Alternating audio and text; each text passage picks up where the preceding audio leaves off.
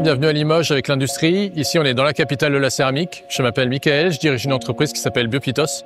On fabrique des objets en céramique plutôt étonnants. Venez, je vais vous montrer.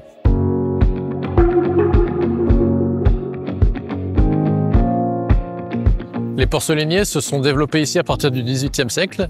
Et aujourd'hui encore, le savoir-faire perdure. Moi, je suis ingénieur céramiste et avec 3 amis, on a créé Biopitos, une entreprise qui utilise le grès et la porcelaine de Limoges pour fabriquer des contenants en céramique innovants à destination de l'élevage du vin. Nos céramiques, elles sont innovantes de par leur taille, donc on a du petit modèle jusqu'à des pièces de 2 mètres de hauteur, donc on est sur 1000 litres de capacité. On a une vraie demande des viticulteurs sur ce modèle-là.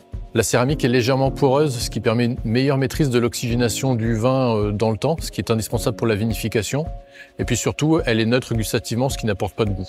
On propose 3 niveaux d'oxygénation, ce qui permet aux viticulteurs de moduler l'apport d'oxygène et donc de mieux maîtriser le goût de son vin et in fine de mettre en valeur son cépage. On fabrique 2 types de produits, un format œuf, lisse, sans angle, ce qui permet de brasser le vin et donc d'apporter du gras et de la rondeur. Et puis un format jarre qui, elle, présente des angles, notamment au niveau des pieds, ce qui va apporter plus de tension au vin du viticulteur. On développe chaque nouveau produit sur un logiciel 3D, ce qui nous permet soit de l'imprimer par impression 3D, soit de concevoir un moule qui est utilisé ensuite par les céramistes. D'ailleurs, on va aller les voir.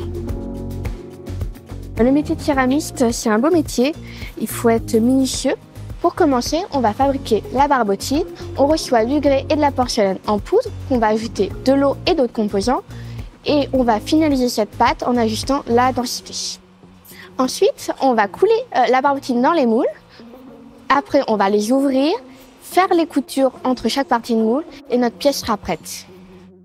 On va avoir 3 ou 4 semaines de séchage pour nos pièces qui vont subir après une cuisson de 48 heures. Et pour finir, on va avoir un contrôle qualité et un contrôle d'étanchéité sur nos pièces. Aujourd'hui, on fabrique environ 350 pièces par an, ce qui est déjà bien compte tenu de la taille des produits, mais on va essayer de développer nos capacités de production parce qu'on a pas mal de demandes en France, mais aussi à l'international, notamment aux États-Unis.